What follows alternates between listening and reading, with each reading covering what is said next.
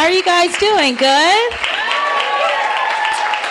You guys know how to make me feel special. I'm happy to be here. I'm wearing my Bitch Please shirt, Hillary Clinton, which I think makes sense considering what Donald Trump said today. What a piece of shit. Literally, he can just die and it would be totally fine. But thank you guys for coming out. I'm really excited. This is my first book. This is my first stop on the West Coast, and I was really nervous. I was texting Michaela. I was like, "Is no one there?" And she was like, "You'll be fine. Don't worry."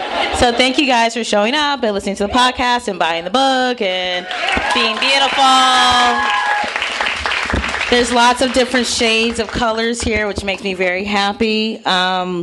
And so, yeah, I'm really excited about You Can't Touch My Hair. This is a book that I thought of, I came up with the proposal November 2014. So it's been almost 2 years in the making, which I'm really it feels like my baby, even though, it's not a bean and whatever, but it's important to me. And I'm single, so I take it. This is what I have. But anyway, so I'm just kidding. It's fine. I used Plan B last week. I'm making mistakes. It's good. So everything's fine, we hope. So this has been a very fun book to write. There I have some personal things in there. I also talk about race and gender and pop culture stuff, but I feel like given the political climate, I wanted to read from my essay called Dear Future Female President, My List of Demands. I think we're all in agreement that at this point Hillary should just be president. So I kind of wrote this essay in the hopes that she was going to be president. So here we go. I hope you guys like it. And if you don't, you don't have to tell me. I wish people got that on Twitter. Okay, anyway. Future female president. I know handing you a list of my demands without properly introducing myself is approaching Kanye West creating the Yeezy fashion line levels of overconfidence. Although, now that I mention it, I don't even know if he was overconfident. Sure, it's a little crazy that he apparently based Yeezy Season 1 off the following fleeting thought. What if my clothes came only in beige number 267, a.k.a. Law & Order's iced tea skin tone, and everyone bought them? What if? But what do you know? His clothes have sold out nationwide, so it seems he was just the right amount of confident. Well, you can rest assured I am not Yeezy level confident right now. I'm in the presence of your greatness, and my confidence is kind of shaky like that French guy who walked across the tightrope in that documentary Man on Wire. I mean, hello, you're the first female president of the United States. I would be a fool if I weren't bugging out. It's such an honor for me to be communicating with you. Oh, right. Who am I? Okay, cool. My name is Phoebe Robinson. I'm a stand-up comedian, writer, actress, and I'm a huge fan of your work. I've been following you forever since BuzzFeed wrote that article about how great you are. I've been told some of my best qualities include excellent listening skills, a mastery of finding the best gift to express what I'm feeling instead of actually using words, and my ability to have a stank face locked and loaded when someone acts a stone cold fool at Steve Madden. But by far, the best thing about me is my perseverance. I'll give you an example. Remember on Grey's Anatomy when Izzy stole a heart for Denny? A heart transplant patient she fell in love with, but he died anyway? It was all very sad, but then things got redonky-congulous because months later, she started having sex with his ghost. Many fans of the show were like, the Lord is testing me with this storyline. I'm out. I was like, the Lord is testing me. Well, good thing I brought my TI-83 calc and number 2 pencil. Let's do this. I kept watching Grey's in spite of all the gintercourse, a.k.a. ghost intercourse. I'm not overwhelmingly proud about that level of commitment, but nevertheless, I deserve some props for sticking with this crazy plot. I mean, I stuck it out past the Izzy lighting scented candles for sex with what is essentially recycled air from her home central cooling system. I overlooked her and Ghost Denny's O-faces. And finally, when it was revealed that the gintercourse was actually her hallucinating due to a brain tumor, I didn't dive out of my window because I wasted several weeks on this storyline. Instead, I watched 2 more seasons. rather than do something productive like getting my student loan payments in order, #priorities. The point is, future female president, when it came to grades, I gave it my all because I'm a ride or die chick. And more importantly, I want to be a ride or die chick for you.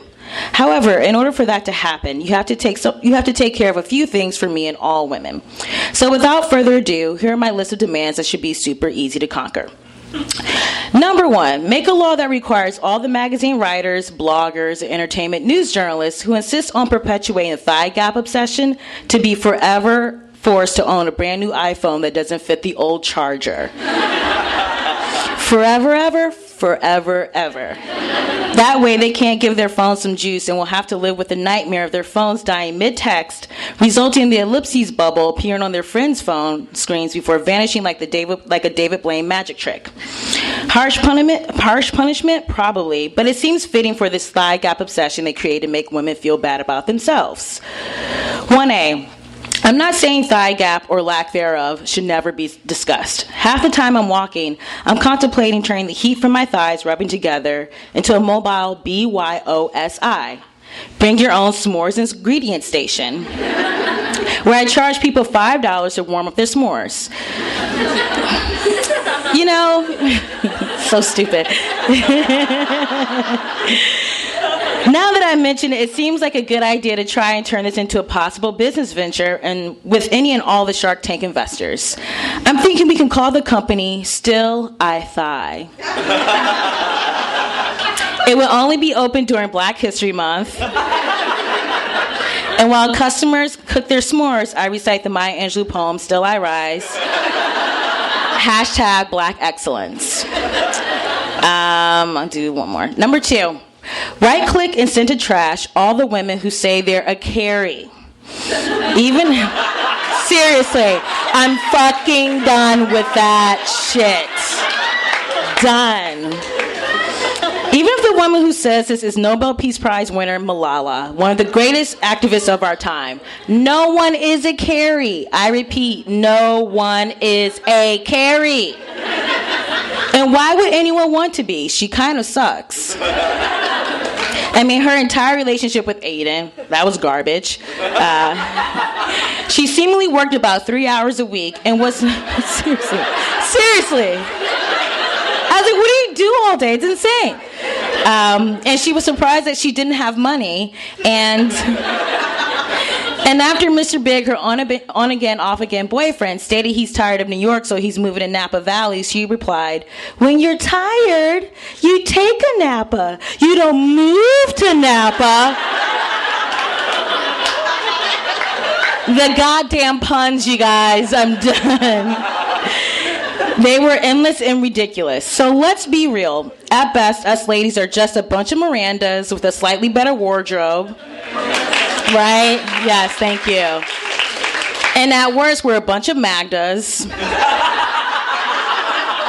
AKA Miranda's housekeeper, which means we're a bunch of nosy bitches who raffle through people's belongings and let them know they masturbate too much. Okay. Thank you, guys. Get over here, Michaela.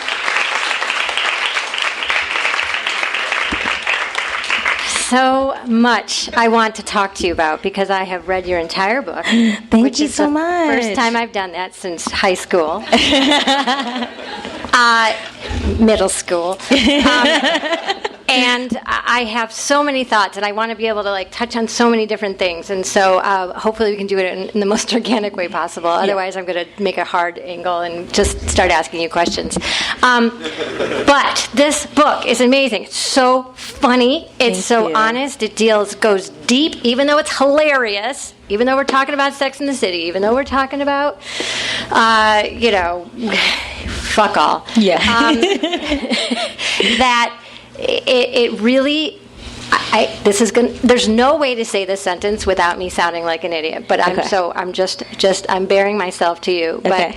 But I learned so much. Oh, really? About systemic racism, which I thought I knew, I thought I am an empathic being and I am compassionate and I am a woman and therefore there's so much crossover. But when you add the extra layer of all the ways in which we feel repressed and belittled and put down and objectified as women. You add on another layer where it's like if you are a person of color, it is decades and decades and decades and decades and decades and decades of weight that you're also dealing with at the same time, and it just completely puts you in the seat of you. And all of a sudden, I just was filled with embarrassment that I hadn't ever looked at things from quite that angle before. So this is a book for everybody. Thank you. Thank you so much. It's not a preach to the choir book. It's, you know what I mean? It does in some ways, but it also was really illuminating and enlightening. So not a question. Okay. Yeah. No, I appreciate that. Thank you. I want to hear the feedback. That's wonderful. Thank you so much. That's some of the feedback. But one of the things you do, talk about, an example is you talk about angry black woman, right? Mm-hmm. About how there's always this feeling of having to watch your temper, your response, your how you're reflecting something back because you have. Do you want to talk about that a little bit? Or? Yeah. So I have this essay called "The Angry Black Woman Myth," and I feel like this is something that every black woman can attest to. Where I think in general, all women are conditioned that they have to be likable, specifically to men. But I think it's even more pressing for black women. And there's this sense that if you're not smiling all the time, you're angry, you're militant, you're all these things that are ugly and not appreciated. And it's really hard. I know. Just speaking from an experience that happened like semi recently. So years ago, this was maybe like 2 years into me doing stand-up comedy. I was at this comedy party, and I was on the phone with my parents. This comic who's been doing stand-up for a while was there, and he's making fun of me being on the phone. I was like, you're right, I'll get off the phone. And then he was like, okay, so what's going on with your situation down there? And I was like, what are you talking about? He means like down, like he was talking about like my pubes, like am I waxed or not waxed or whatever. As you do when you just go ahead and talk to somebody you don't know that well. Yeah. And I was like, sorry, you can't talk to me that way. We're both comics, we're colleagues. That's like not cool. And he was like, does it really matter? We're not on the same level. Right. Which is very douchey. There's a lot of horrible like misogynistic things that happen. And so fast forward to like 5 years later, I saw him recently at a show. We just both happened to be on the lineup, and I didn't know he was going to be on the show. And I walked into the green room, and I saw him, and in my head, I was like, I have to hug him. I have to be really nice to him. Otherwise, he's going to think I'm some crazy, angry lady. Mm-hmm. And that sucks that, like, I felt like even at like 31 when this happened, I still felt like I have to kind of appease someone else because God forbid he tells someone that, oh, Phoebe was like really bitchy backstage. Yeah. It's weird. I just had an incident this week, very similarly. With the gender thing, with the chauvinist director, who there was a young gal who was in a bikini for the shoot, and he wanted to take a personal picture afterwards. What? And just like, hey, let me get a picture, actress. Ew. And she kind of said, no, I don't like the way I'm dressed a little. Yeah. And she said, get one with Michaela, and she leaned her breasts into the back of me so that she wasn't showing, and he kind of the disappointment on his face was so palpable and visible, and it kept me up night after night because I watched it all happen, and in the moment, because we were on the clock, I couldn't. And he muttered something like, surreptitious, like you surreptitiously hid your breasts from my camera. Ew. And it's ew. Yeah. And I had this thing where I was telling my husband that I couldn't believe that in that moment, that I couldn't stand up and just say, I guess the only thing we have, in which you address in your book, is that we have the gift of making a joke about things, and it sort of makes the information palpable, but to everybody, so that we don't get I don't know, told she's uptight. Yeah. Or all those things. Yeah, it's hard to do like in the moment, and like looking back on it, I should not have said anything to him, but it's so like hardwired in us, I think, in a way that it's just hard to turn that off and be like, no, this person's garbage. Like, I'm not gonna. But what do you mean not say anything? Because like that's the thing that's driving me crazy. Like I wrote so many monologues in my head that night. Yeah. All of them were amazing. Yeah, of course. Yeah. So good. Yeah. But what do you do? And I know you come across a couple of those instances. There's a great story in here about when you're in school and a woman writes a play that was highly offensive. Yeah, so she wrote this play. I was this senior thesis in college. I went to Pratt Institute, and I think the girl, if I remember correctly, she just realized that she was coming out. She was a lesbian, which I was like, rock on, dude, that's fucking dope. And she wrote this play. It was like a slave play that she wrote. She's a white girl, and just to clarify, and normally in this class, like everyone, you like read the work aloud, and since I was like the only black person in class, I was like reading the slave part. Awesome. And you gotta read. Yeah, oh my god, I'm gonna be Viola Davis. So I had to read this part, which I was already kind of like, this is not cool to be the only black person reading like a slave narrative, whatever. So she basically, the play was like this whole thing about how like love triumphs and overcomes all, and so the slave character turned down her shot at freedom to stay a slave because she was having a love affair with the slave master's daughter. And I was like, hey, real quick, just a suggestion, that would never happen, like ever. I have a vagina, and it's definitely not that good.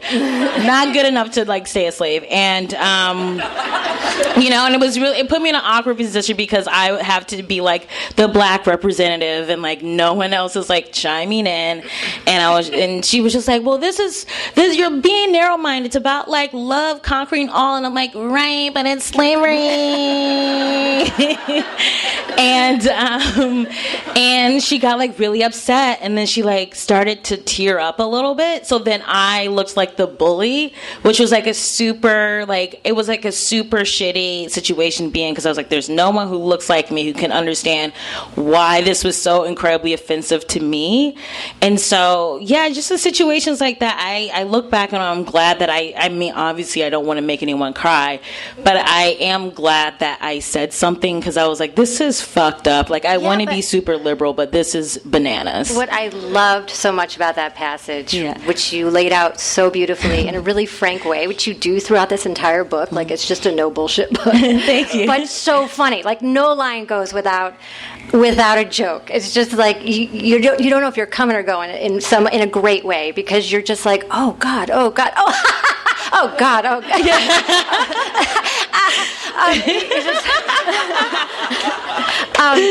And it is, because you just layer in all the comedy, which really helps you realize the absurdity of these moments. But the thing that you said that really popped out at me and kind of knocked me out was when you said, it wasn't just, I'm a people pleaser, I get it, okay? I don't want to make anybody cry. If I did, I feel bad taking up a stool when some people are standing, you know what I mean? Yeah. It's just like, I'm sorry I exist. But there was that thing where you said, I just made a white girl cry. And that you can mark time in everything you do in your life, where when you order a salad, it's like, or you order off the menu, what will the white people think? And you give this litany of things that you're self-conscious about in the back of your head, and that's what I mean. Like, it's one thing. It's just layer after layer after layer that gets revealed, and then it just really you just lay it out in such a beautiful, entertaining way. Thank you. Yeah, I love you. I love you too. I love you too. This is like crazy that I'm talking to you. I'm like, oh my God, I watch your show all the time. I'm like, whoa. Well, I said to you, this book, I just feel like it just gives me so much hope. A young woman writing this book, which is just has all these really, takes a really evolved, strong, honest look at the layout of our world and our country and the way things sort of are. And it gives me so much hope for the future. And I feel like I can say that because even though you keep saying you're old as shit in your book, I'm like over a decade older than you, so I can say this with some authority that I feel hope that the young people, yay, awesome, that this is what we're talking about, and it just feels like all of it just feels like, oh, duh. But that said, when I was your age, this was not the conversation. Mm-hmm. It just wasn't. Yeah. So. What else? I do think it's like, I feel like every woman who's a feminist, you kind of have this evolution that happens like in your late 20s where you really solidify how you feel about things and if you're going to be outspoken about stuff. And I really do feel like when I started doing stand-up, I think right before I turned 24, that really helped me kind of find my voice and really figure out that like I care about a lot of issues and not just like only pop culture stuff. And I think with the book, part of the reason why I wanted to write is because I feel like a lot of times, especially on the subject matter of like race, it's usually just white men talking to black men. Mm-hmm. And I feel like the female perspective is left out. I feel like the gay perspective is left out.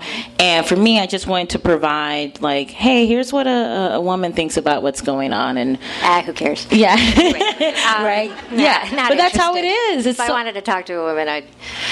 Yeah. I don't know. I just can't. I'm so obsessed by what happened today.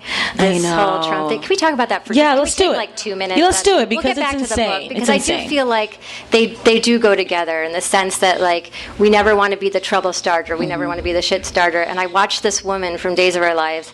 Forgive me for not remembering her name. I didn't know it until I saw it today. But when he pimped, everybody saw the video, I'm assuming. When Billy Bush pimps her coming off the bus and says, "Aren't you going to give him a hug?" After this whole moment, and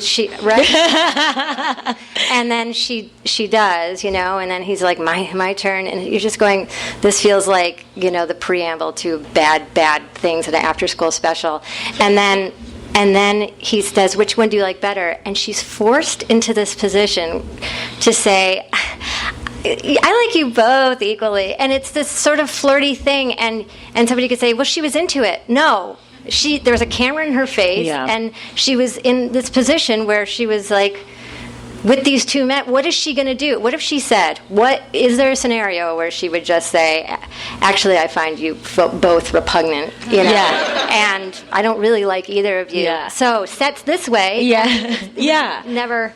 It's horrifying. Yeah. And it's also like this thing where it's just like there's just example after example of Trump being so sexist that I'm just like, this whole country must really hate women on a level, because it's so insane that someone could be this ignorant and be this close to the presidency, because there's no way a woman could behave even like 1/10 as stupidly as him, like not prepare for a debate, like fucking have a ridiculous spray tan, like just you couldn't do it. And so it's just so shocking that I'm like, we're living in a country in which like there are just a lot of angry white dudes who are very upset that the country is evolving towards greatness finally for the first time ever, I feel like. And this is why Trump is in power. And it's just so weird, because like you'd think if they were getting as much pussy, and I'm going to use, because it's their word, as well, it's our word, but we'll take it back at some point, but it's sort of like, it reminds me of like when people, they're just like, yeah, I'm getting it. He's like, I'm getting it too. Let's talk about it, because we're getting it so much that we have to talk about it. It's like, I think about, when people say like, I saw Ricky Lake, and it's just like, well, you're not used to seeing celebrities. If you're going to, I'm not going to say I saw Ricky Lake, because, it's just like, we work in this business, we're going to see. I just don't understand. I can't get my mind around somebody's like, yeah, I get a lot of pussy. And to another guy, it's like, yeah, me too. I get it. So much of it. I'm drowning in it. Anyway, back to your book. Yeah. One of my favorite lines actually in here is when you talk about being totally dismissed at Michael's, and this. Yeah, I know. Do something amazing like frame your New York Times article. Yeah. And they're not, and nobody's taking you. You're standing there. There's nobody in line, and then you said that a guy that looks like Justin Theroux comes up, and that the plain Jane lady behind the counter tripped over her ovulation calendar.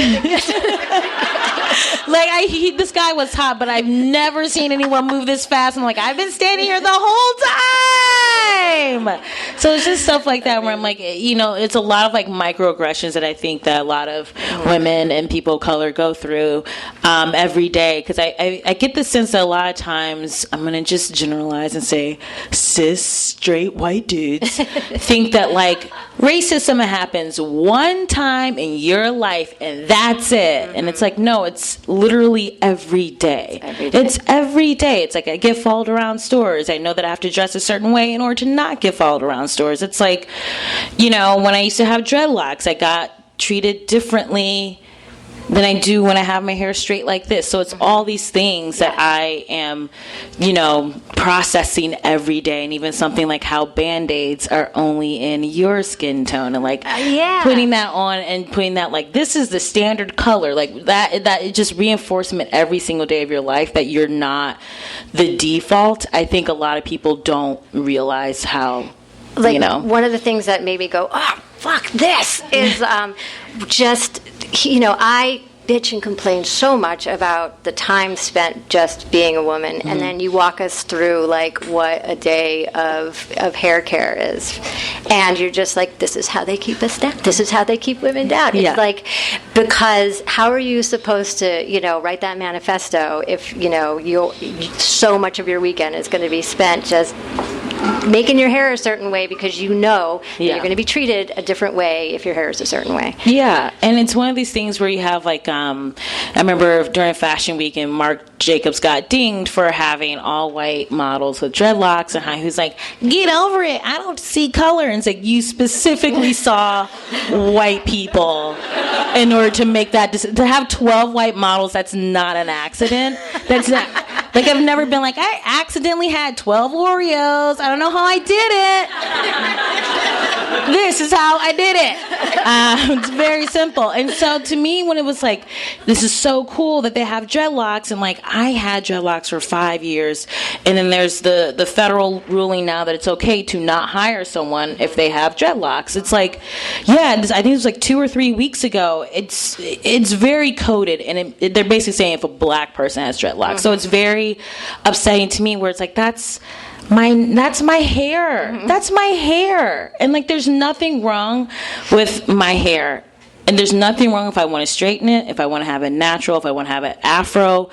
And for me, I felt like, I don't know about the other black women here, but I really felt like I've been on like a lifelong journey of accepting my hair and learning to have pleasure in it, because there's so much of like, oh, there's good hair, there's not good hair. My hair is very tightly coiled. I have it like this because I'm doing a TV shoot, no braggies.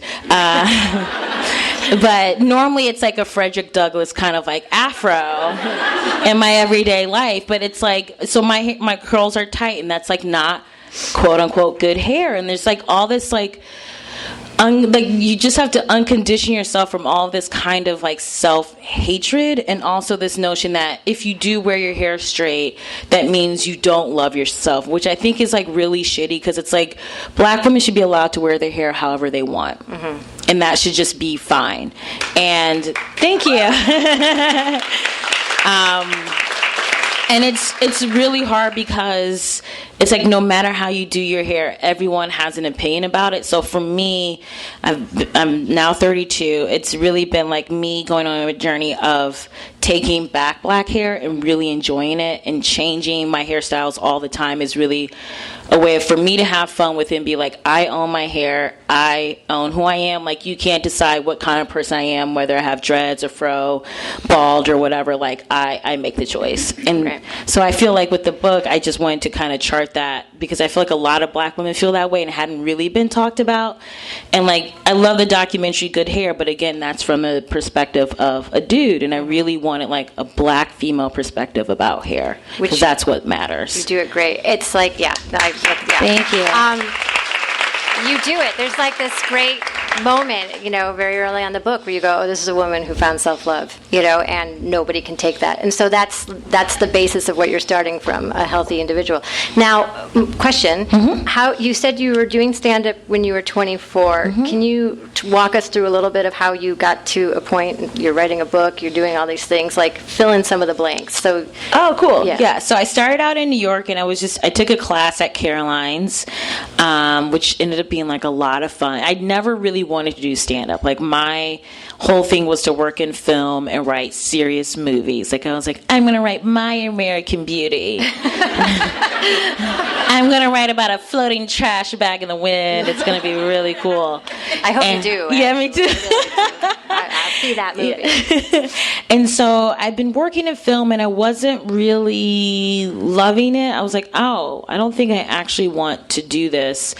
And a friend of mine, Lindsay, she had always wanted to do stand-up, and she asked me to do it with her. And I said, I don't know, stand-up's kind of dumb, never really been into it.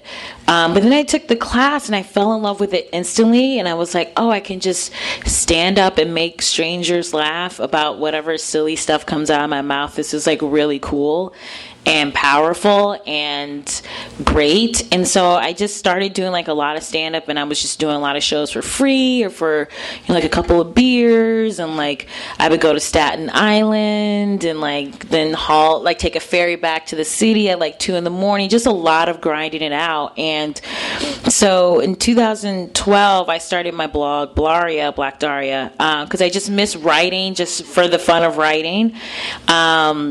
So much was like stand up and like getting your jokes and like trying to get late night, and I was like, I just want to write just to write. Like, that's why I went to college. And so I had a lot of fun doing the blog. And then 2 years later, my current lit agent Robert just emailed me and said, hey, you probably already are working on a book, but if you're not, I would love to meet with you. And you're probably already working. Yeah. Nobody ever says that to me. Which was like very much. You're probably working on a pizza. Thanks for taking my call. But it was like a very like wild email. I'm like so into like Oprah, and I'm like, I manifested this. But I really, you know what I mean? Like, I really felt that way, because I was writing every day, and I was like, I want to write a book, and I would just tell everyone I know that I'm going to write a book one day, you know, and like literally. Well, I would do that part. Yeah. I would tell everybody I knew that I was writing a book. Yeah. It would never materialize. But it also feels like, you know, everyone says they're going to write a book. So I just like kind of forgot about it. Then when I got this email, I really thought about what I wanted to put into a book, and like from the stuff that I was reading, like obviously I like pop culture, like Sex and the City, but I also wanted to have some substance to it. So that's really how the book came about, and it took me like 13 months to write, and it was a lot of fun. I only had one meltdown where I cried. Really? Well, yeah. Walk us through that. This is a bookstore. Yeah. Everybody needs to know there's the dark night of the soul. Yeah, because writing has anyone written a book here? Nice. It's hard, right? It's so hard because you're in every movie it's just like doop-a-doop-doo. I'm gonna eat 3 hours a week, work week. Yeah, like I'm just gonna eat a muffin, take one bite, and here's 20 pages, and it's like, no, that's like not what happens at all. And so I turned the first draft, and because when I quit my day job in 2013, I was freelancing, so it was a lot of like writing TV recaps for like $150, which is like shit money because I live in New York and I want to like have electricity. So I was just really like having 7 jobs in order to like pay my rent, and I had 3 weeks to do like my first revision of the entire book, which was like not enough time, but we're on a time crunch, and it was like 2 a.m, and I couldn't figure out. I was like, I just read like Shonda Rhimes' book, Year of Yes. I've been saying yes to everything, and this paragraph is really hard. And it was like 2 a.m, and I was like, I couldn't figure it out. I'm like, it's due in a week. And I just like started sobbing all over my computer. And I emailed my editor, and I was like, I hate this book. Why did you make me do this? Like, I was just really just like, I need to get it out because it's hard. You're just like by yourself. Like, you have to get it done. Did it feel like the next day? Did it feel like a breakthrough? It did. Like, I was like, I'm crying. It's 2 a.m. There's infomercials on. I'm just going to walk away from the computer and I'm going to take a nap. And I woke up the next day and I was like, all right, it's fine. I cried. Now get to work. Yeah. So it really felt good after that cry. Good. Yeah. I feel like that happens a lot. Yeah. Q&A time. Oh no. That's what that means. We could talk for like hours. I know. Yeah. When the lady in the glitter shirt says, time for Q&A. Anybody got a question? Right over here. Did any of the notes that you got from writing the book, like from the editor, did that change how you wrote for television or like consulting or like change your stand-up? I'm going to repeat it only because they're recording, so I just want to make sure. Did any of the notes that you got from the editor change how you wrote for television or stand-up? Yeah, I would say writing this book has definitely made me a much better writer. I think I was always good, but this is like 200-something pages, so it really just forced me to like learn how to just make cuts if things weren't funny, like not give a shit. I was just like, whatever, this joke is funny, it doesn't belong. So I really just trusted my voice a lot through the course of it. And I think like, especially doing stand-up and me just trying out jokes, I will always in the past be a little bit like, oh, sorry, I wrote this joke. You guys have to hear it right now. And now I'm just like, fuck it, here's a joke. Yeah. I'm going to turn your phone over only because it's blowing up. Oh, sorry. So good news. But I'm so programmed by phones that every time I see it, I'm like, it's a surprise. So, anybody else have a question? Just one question. Oh. Anybody? Hi, Rose. I have a question. Did you read any books or anything to prepare for writing the books, or like did your editor suggest, hey, check this out? Or I read. What was the preparation? Did you read any books? Did the editor recommend anything to read? Yeah, because I've always been a fan of essay collections, so I read Shonda Rhimes' Year of Yes, which I think is an amazing. I was like, yeah, I need to say yes more, which has been great. And Roxy and Gay. I think Mindy Kaling is like one of my favorite writers of all time.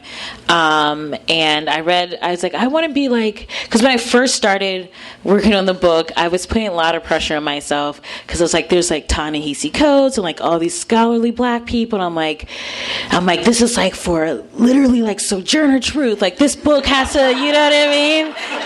I was like, Thurgood Marshall with like what? And I was just like, it's like, dude, I'm talking about how I think Michael Fassbender's hot. Like, it's fine. Like, the stakes are not quite that high. So I think I wanted to read some like heavier books, and I think that kind of made me feel, I don't know, I think I ultimately wanted to, the essay collections that I love the most, I felt like the writers wrote the way that they speak, but slightly elevated because it's writing. And so for me, I wanted to capture my voice, but then have it be me. Like, I don't want to sound like I have 3 PhDs and be very dry. Like, I want you to feel like you're hanging out with a girlfriend for an afternoon and we're just having a glass of rosé and we're going to talk about race and it's going to be tense for a little bit. And that's all we have, the rosé, and then everything's going to be fine. It was. Totally just like that. I'm like, yeah, you're the boss of our friendship. It's fine. Yeah.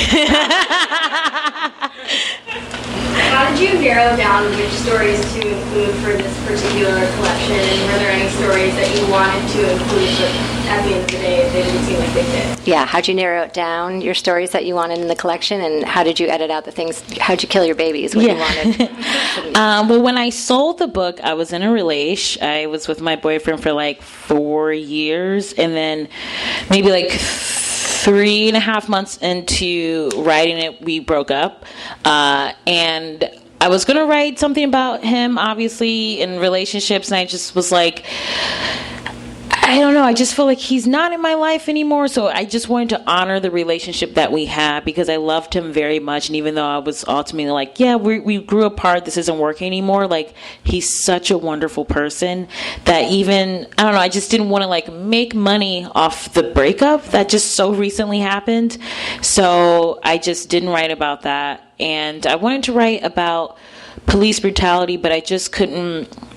I think I would have just needed more time to really think it through, because so often when I think about it, I just kind of go numb. Like, it's just really hard for me to like even come up with words and really express what I'm feeling, because it's just so devastating.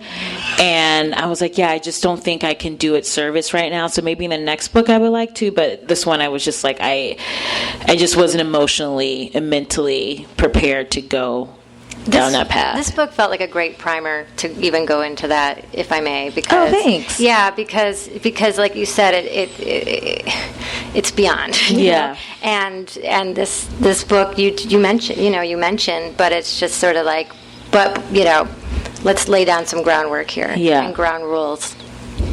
Any other cues in the back? You mentioned all your hair phases that you go through.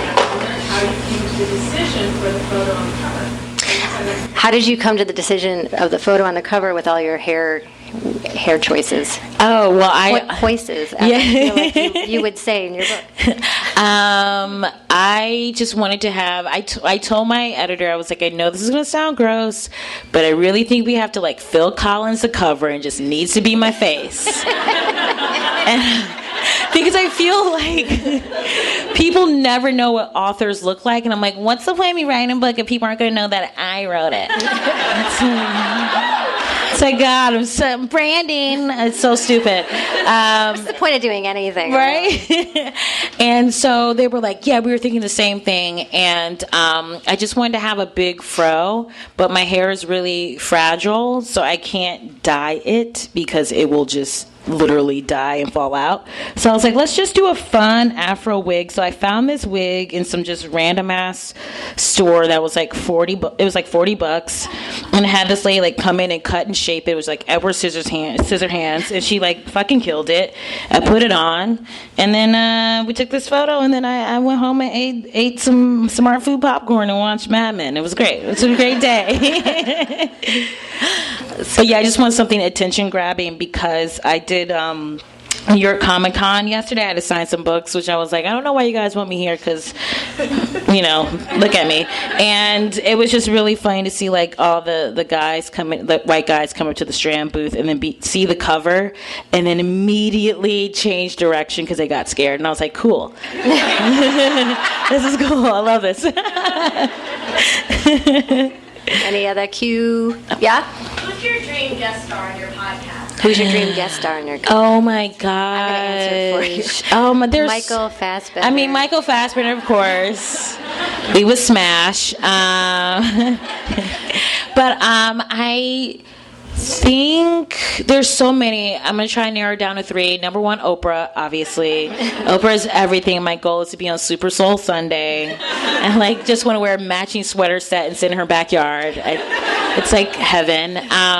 Number 2 would be Ava DuVernay, because I just think she's such a badass director, and I'm very curious about directing. I think eventually that's something I would like to do, would be to write and direct indie movies, because I like performing, but I think I will at a certain point want to not be in front of the camera all the time. And then number 3, I just think Larry King would be so funny, because I feel like he will only understand 33% of what I say, and it'd be hysterical. So fingers crossed. There is. It's really funny because I read the book, but then I went back and on the Audible version, I listened to your introduction. Oh, you did? Yeah. Because I was just worried that I wouldn't have time to get through it.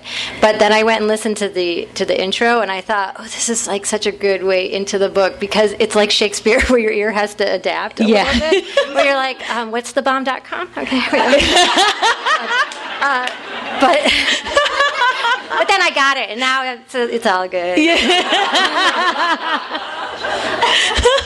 Where's glitters? You guys We're good. We're okay? Okay. Any other questions?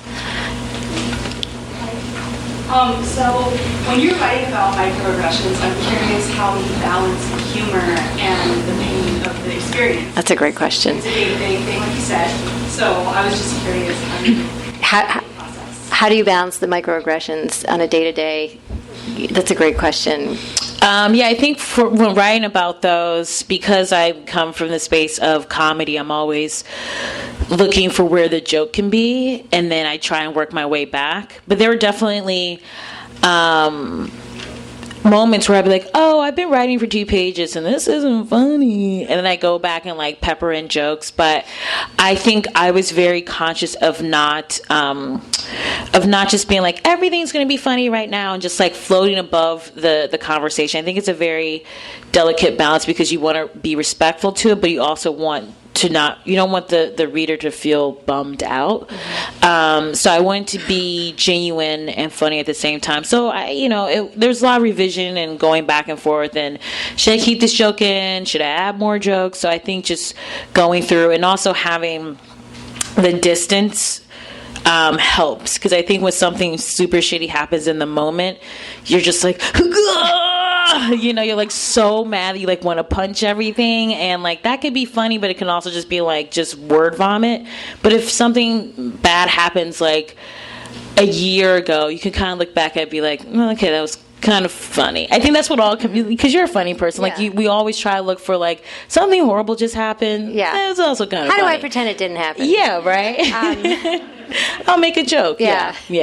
I was just listening to this woman. She's a lawmaker in Ohio, Nina Turner, African American woman, and she was saying that if you're half conscious in America, you are mad. Like you are mad 100% of the time, because that's what it is to be black in America. And so to say that there isn't systemic racism is bullshit. Yeah.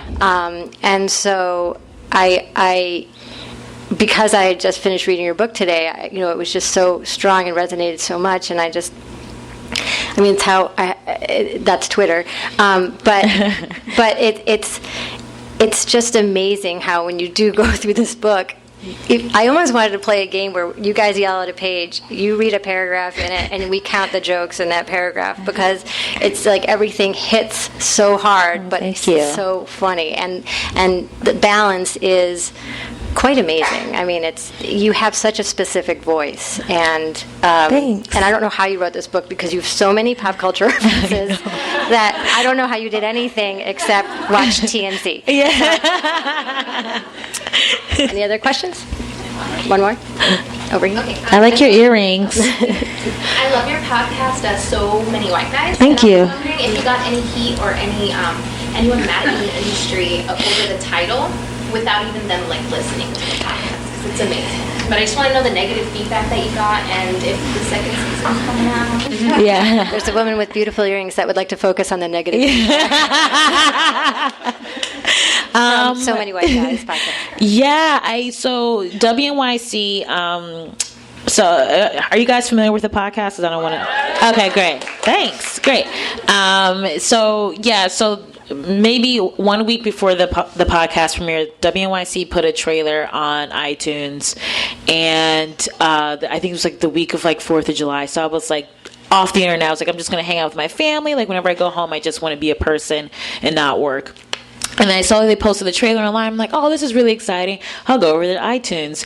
And there were just like all these comments, like all these guys were voting it down so like it wouldn't appear, wouldn't be appear in like the searches, and giving it like 1 star and saying that I'm trash and that I'm racist, that I'm stupid, that this was like a minority hire thing, and like, oh, they only gave it because you're like a girl, and like if you were funny then like you wouldn't notice all this stuff. And it was like 200 comments, and I got so sad, and like I was bummed out because that was like the same day that I found out there was like this faction of male comics in New York who think I'm a cunt because I like don't hang out and party with them.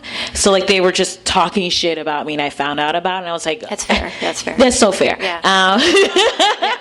And so it was just like, why does every man hate me? Like, all this was happening like a span of a couple of hours.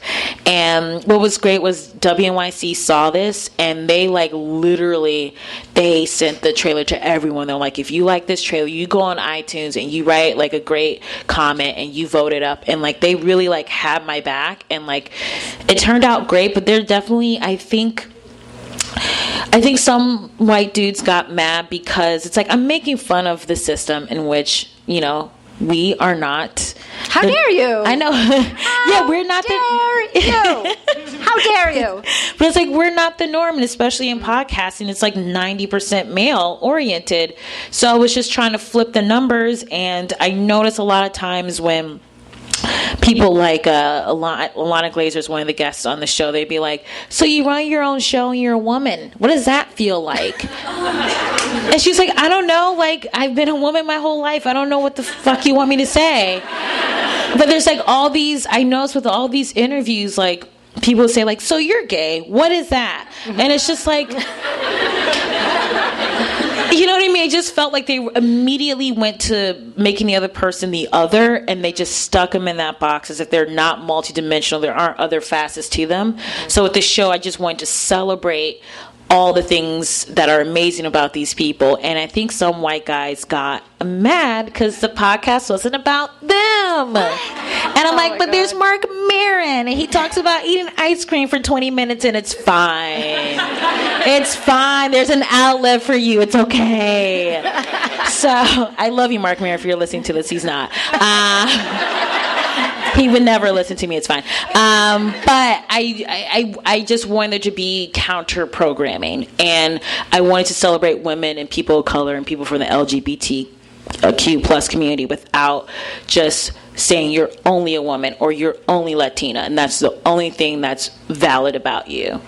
See, that is what I'm talking about. Like, that's why I have hope for the future. Oh, wait, can we do like a little video for social media? I know what that is. Yeah.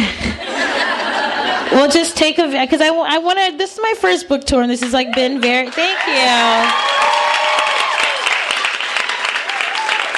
This has just been really special to me because, you know, you work on a book from beginning, and it's been 2 years, and like, you don't know how people are going to feel about it, if anyone's going to give a shit. And, you know, so far, people have been showing up, and it makes me feel like, oh, my voice is heard. So I just want to thank you guys. I just want to like capture this moment and just like yell, scream, or whatever, and I'll say something, and then we'll all just like, okay, great, I'm not a director. I'm so scared. Okay.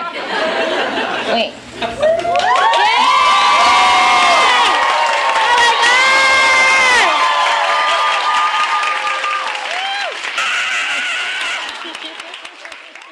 You've been listening to the Skylight Books author reading series. Don't forget, you can listen to this and all our other great podcasts at skylightbooks.com. Thanks again for stopping by, and we hope to see you soon.